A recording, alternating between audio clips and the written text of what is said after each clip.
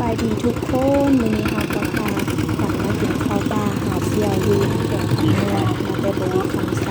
เดินทางมาในแต่เติบสิมาพาไปกินข้าวปลาทรงธรรมศาสตร์ที่ว่าแสนจะงดงาม อันนี้ก็คือบ้านที่ว่าทางลงไปบ้านลับแลเนาะเพราะว่าหมู่หนนะอยู่บ้านที่ว่าใกล้ๆกับทางไปบ้านลับแล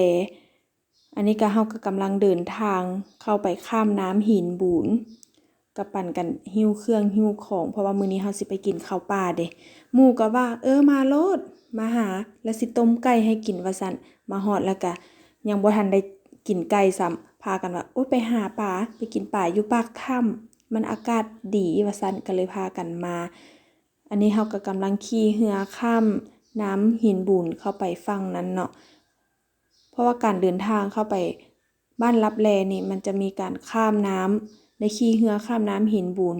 ออกไปแล้วเราจะมีการขี่รถต่อออกไปอีกบักไกลๆก่อนสิฮอดปากถ้ำเวลาฮอดปากถ้ำแล้วเราจะได้เดินทางเข้าไปลอดปากถ้ำออกไปอีกฝากหนึ่งแล้วก็ต้องเดินทางไปอีกจึงจะฮอดบ้านลับแลเนาะอันนี้ก็เว้าไปซื่อๆแต่ว่าบ่เคยไปจักเทื่อมีโอกาสก็อยากจะไปแต่ว่าเทื่อนี้ก็อยากไปแต่ว่าก็ยังบ่ได้ไปเพราะว่าเราเดินทางมามันก็ไกลบ่ได้เกี่ยมตัวอีหยังจักอย่างเนาะอันนี้เราก็มาฮอดฝั่งอีกฝากหนึ่งแล้วเราก็พากันหิ้วเครื่องหิ้วของคาดหยังก็คาดได้แต่ว่าการเดินทางไปนี่ต้องบ่คาดเบียร์ผู้ใดก็มักเบียร์ขนาดเลยเรามาฮอดฝั่งนี้แล้ววันนี้เราก็สิเดินทางไปรถที่บอกว่าจะเดินทางไปกะนี้เลยกระบะของเฮาที่ว่ามาท่ารับตอนอยู่ฝั่งนี้อันนี้ก็คือว่ารถที่ว่าเขาไว้อยู่ฝากนี้เด้อรับนักท่องเที่ยวเพราะว่าเขาอีพ่อของพ่อเสี่ยวหั่นน่ะของอีเสี่ยวของพ่อเสี่ยวหั่นเขาจะรับนักท่องเที่ยวหรือว่านำทางนักท่องเที่ยวเข้าไปลิ้นไปชมอยู่เมืองลับแลบ้านลับแลเขาก็จะมีการเอารถมาไว้ฝากนี้เพราะว่าเฮาสิย่างไปหั่นน่ะมันไกลการเดินทางเนี่ยมันต้องใช้หลายชั่วโมงเขาก็เลยเปลี่ยนจากการเดินทางด้วยตีนด้วยเท้ามาเป็นการขี่รถไถมาแต่ว่าการที่จะเข้ามานี่หั่นน่ะผู้ใดที่มีความอดทนแท้ๆมันจึงสิไปฮอดได้เพราะว่ามันไกลเกินไปอันนี้ก็ธรรมชาติผู้ใดที่ว่ามักเกี่ยวกับธรรมชาติมักการท่องเที่ยวแบบการท้าทายหรือว่าจังใดนี่นะสามารถมาได้เลยแล้วก็เหมาะที่สุดเลยกับผู้ที่มักธรรมชาติอันนี้ก็มักธรรมชาติลงมาชมนี่ก็ฮอดทุ่งเพียงที่กว้างขวางแล้วก็มีผาอ้อมแบบงามหั่นน่ะก็บอกบ่ถูกตอนเฮามานี่ก็เป็นตอนใกล้ๆจะเที่ยงแล้วประมาณ 11 โมงกว่าเฮาเดินทางมาแต่ว่าเฮาออกมาแต่บริคำไซนะออกมาแต่เช้าได้ประมาณ 6 โมงกว่าๆเฮาออกมาแต่ว่ามาฮอดบ้านของอีเซียวนี่ก็ประมาณอยู่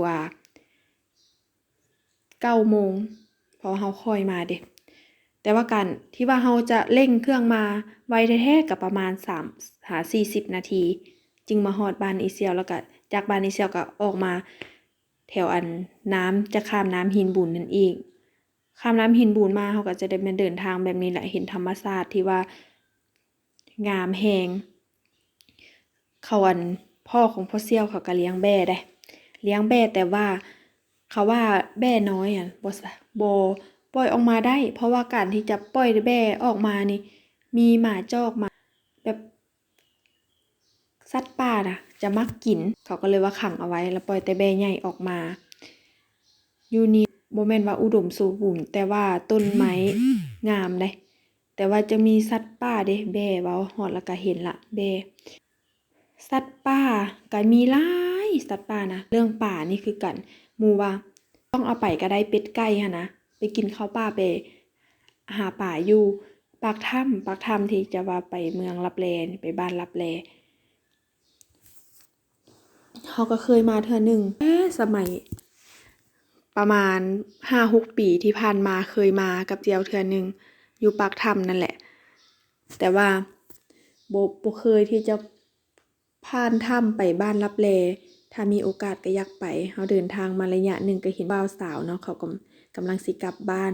เขาจะกลับไปลิ้นอยู่แถวปากถ้ำมาแหละเพราะว่าอากาศมันร้อนค่ะนะเขาก็เลยว่าไปลิ้นไปเที่ยวอยู่พุ้นเพราะว่ามันสิอากาศมันเย็นแบบว่าอายน้ำออกมาแอร์เนี่ยยังบ่เท่าเด้อแอร์บ้านแอร์เฮือนที่เขาเปิด16องศานี่ยังบ่เท่าอากาศอยู่นี่เนี่ยมันจะเย็นสดชื่น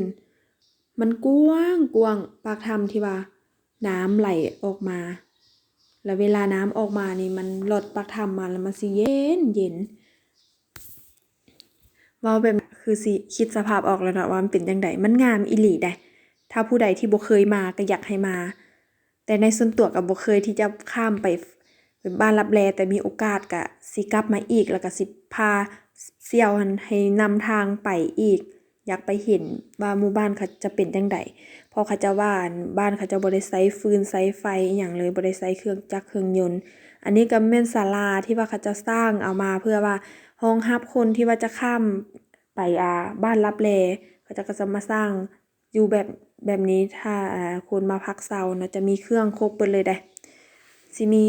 พัดลมมีอุปกรณ์แต่งกลิ่นมีโต๊ะมีตั้งหยังให้พักเซามีครบเบิดเลย อันนี้เขาก็สิไปเดินทางไปอีกหน้อยนึงเนาะเพื่อจะไปพักเซาแล้วก็ไปกินข้าวอยู่พุ่นสินะอันนี้เขาก็มาฮอดแล้วเนาะบอนที่เขาสิพักเซาเฮ็ดกินแต่งกินแต่ว่าพวกผู้ชายเขาเจ้าก็ไปหาปลาเขาเจ้าไปดำปลาเขาก็ผู้หญิงเขาก็มาซอกฟืนซอกไฟมาดังท่าเขาเพื่อว่าเขาเจ้าขึ้นมาเขาก็สิได้เอาปลามาปิ้งเว้าก่อนบ่ฮู้สิได้หรือบ่แต่ว่าน้ำใสน้ำเย็นเฮาว่าทำอีกสิไปกินอยู่ปากถ้ำแต่เฮาก็ไปบ่ได้ไปเนาะปากถ้ำเฮาก็มานั่งอยู่ร่มต้นไม้นี่แทนบ่นี้ก็ธรรมชาติดีเย็นดีบัดนี้เฮาก็สิ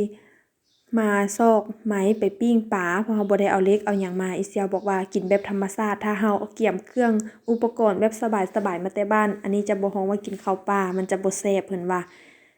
มาฮอดมาตัดไม้แล้วก็เห็นหน่อ3-4หน่ออดใจบ่ไหวโอ้ยรักมื้อแกงก่อนว่าซั่น3-4หน่อนี่ก็ได้เป็นหม้อละได้เพราะว่ามันหน่อใหญ่อีหลีเฮามาซอยๆๆก็พอหม้ออยู่พอแกง วันนี้ครับเพิ่นก็ไปหาปลามาแล้วเนาะก็ได้หลายเติบอยู่ได้แต่ปลาขาวปลาน้อยเพราะเขาเจ้าดำเอาที่บางตัวก็ยังบ่ตายเทื่ออันนี้ก็ปลาคอมันดองออกหามาก็มาเกี่ยมปิ้งแบบธรรมชาติเลยบ่ได้เอาหยังใส่เลยเอาแต่เกลือเป็นนัวอันนี้ก็ขึ้นมาแล้วเนาะกำลังว่าสิปิ้งเพิ่นว่าสิไปหาอีกปลาแต่ว่าขอกินเบียร์ก่อนจักแก้ว2แก้วว่าซั่นพอมีแฮงดำต่อหิวข้าวก็หิวข้าวนี่ก็มากินเบียร์ก่อนอันนี้ก็มาดำต่อแล้วเนาะ